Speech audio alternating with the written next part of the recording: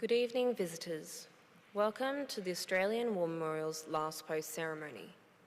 My name is Nicola Donnelly, and joining us today from the Australian Army is Warrant Officer Class 1 Kim Owen. This evening, we warmly welcome the family of Private Sidney William Woods and Private Leslie Woods. Their story will be told shortly. We welcome the veterans who have served, those that are still serving, and the families that love and support them. The live stream of this ceremony is made possible by the Returned and Services League of Australia and the RSL and Services Clubs Association. We welcome members who are watching the broadcast of this ceremony across Australia. During this evening's ceremony, wreaths will be laid at the base of the Pool of Reflection by family and visitors to the memorial. If you are able, please stand in joining singing the national anthem.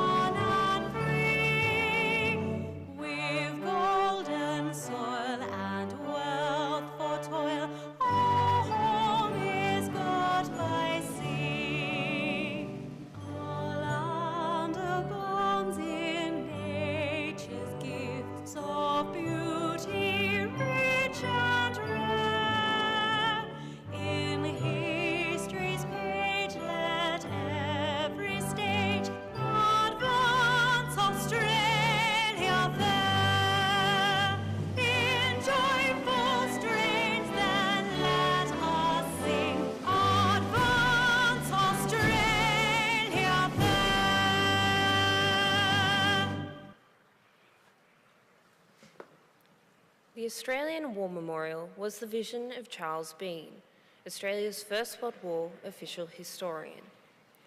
Bean landed with the Australian troops on Gallipoli and stayed with them at the front through to the end of the war. The idea of this national memorial and museum came to him at Pozières, France, in the depths of the bloody fighting of 1916. Bean's idea was that this would be a place where families and friends could mourn loved ones buried in faraway places. It would also be a place that could help all Australians understand what these men and women had endured and what they had done for us. Bean's vision, to which we remain true, is best expressed as inscribed in the entrance to the memorial's galleries. Here is their spirit, in the heart of the land they loved, and here we guard the record which they themselves made. Tonight we'll read the story behind two brothers on the Roll of Honour, which lists the names of more than 103,000 men and women who have given their lives for us in war and on operations for more than a century. But first we present a lament, Flowers of the Forest. Wreaths or floral tributes will now be laid at the base of the Pool of Reflection.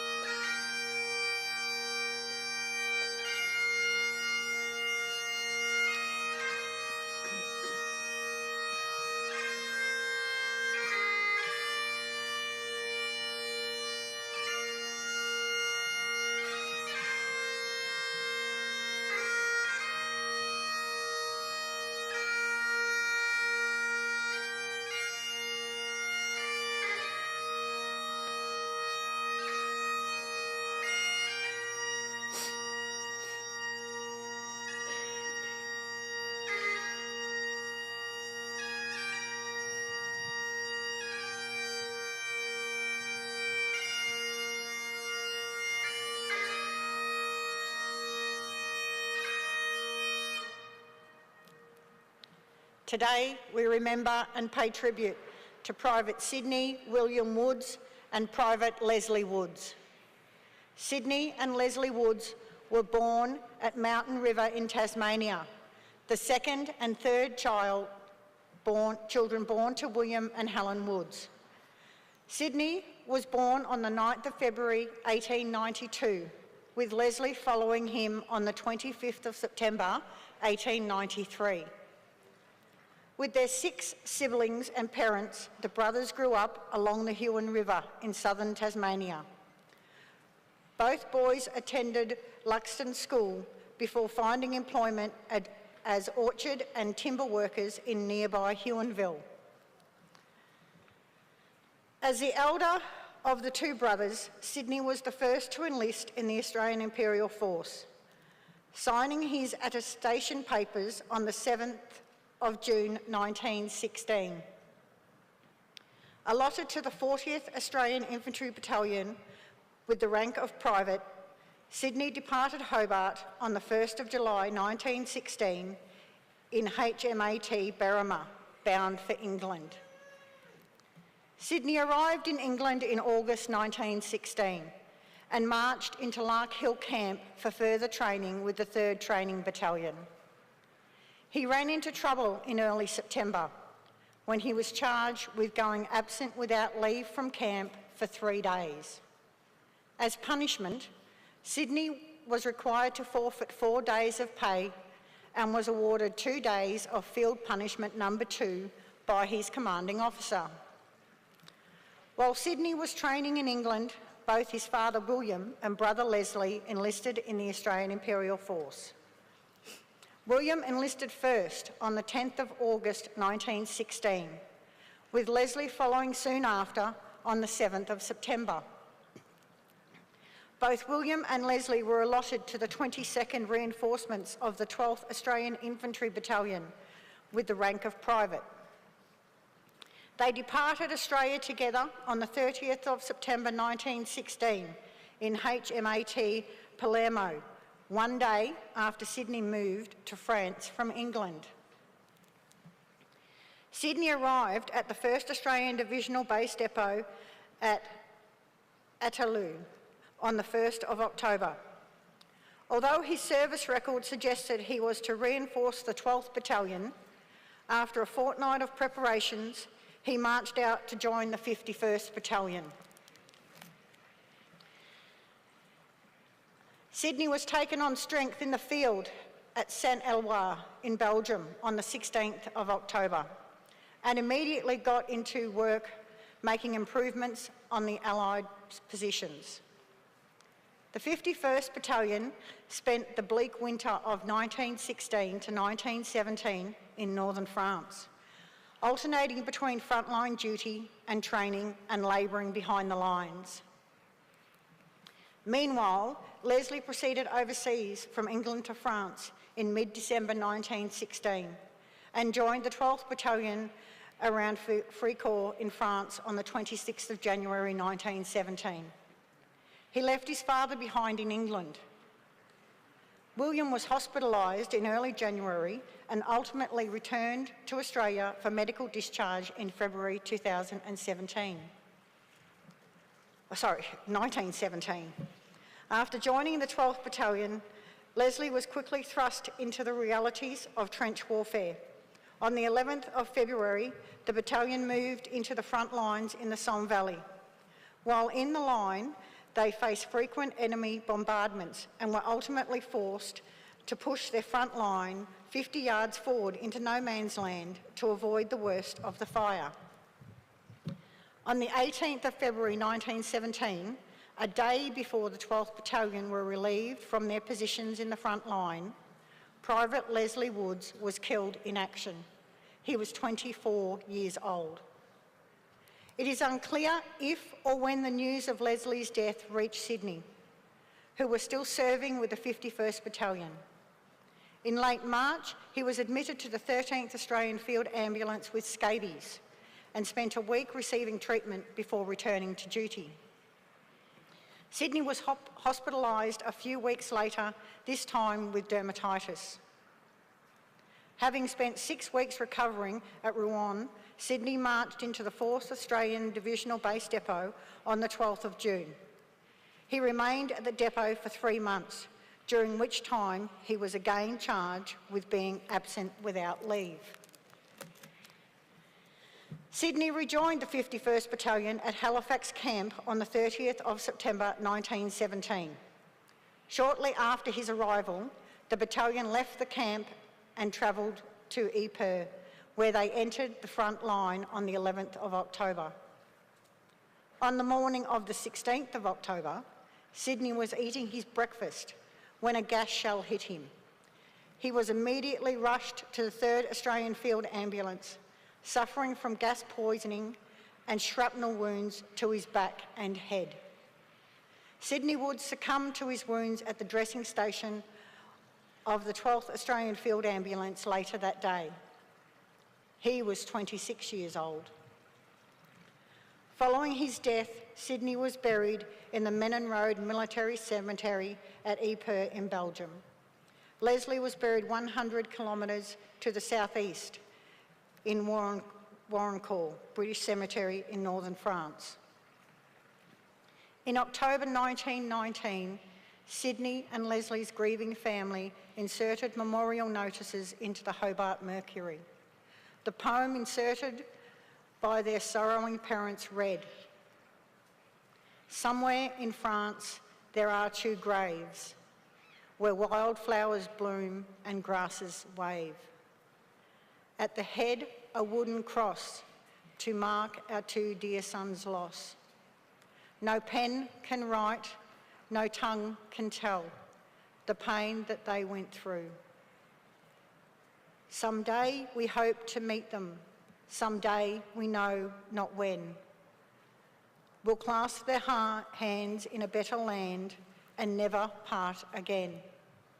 And when our hearts are sore for you, I seem to hear you say, break not your heart, dear mother, we'll meet on that eternal day."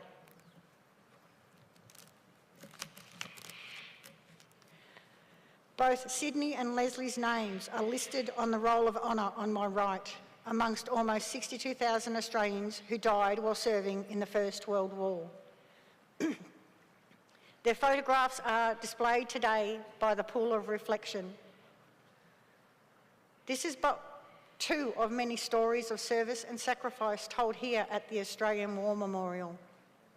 We now remember Private Sidney William Woods and Private Leslie Woods, who gave their lives for us, for our freedoms, and in the hope of a better world.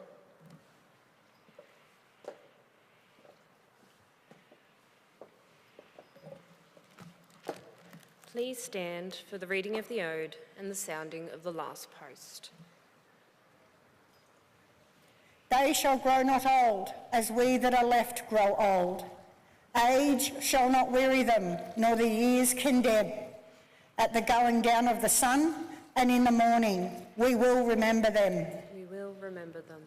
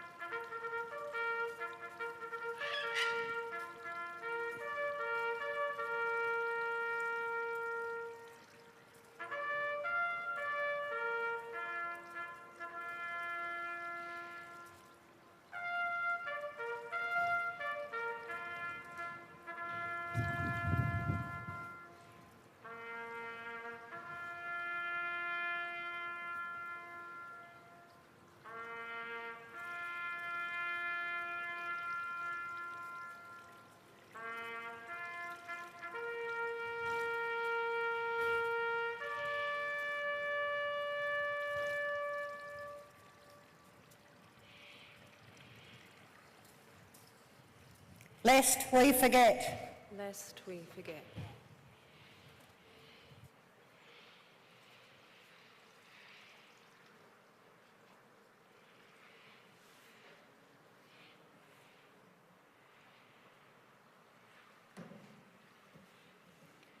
We leave you this evening with the words of the memorial's founder, Charles Bean.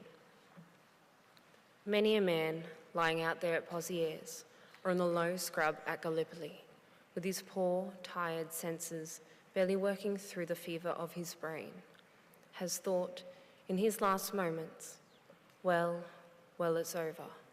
But in Australia, they will be proud of this. Ladies and gentlemen, girls and boys, that concludes the last post ceremony. On behalf of the director, staff and volunteers, thank you for visiting the Australian War Memorial today and for your continued support during the memorial's development project. We wish you all a very pleasant evening. Thank you. The Roll of Honour, which lists the names of more than 103,000 men and women who have given their lives for us in war and in operations for more than a century. But first we present a lament, Flowers of the Forest. Wreaths of floral tributes will now be laid at the base of the pool of reflection.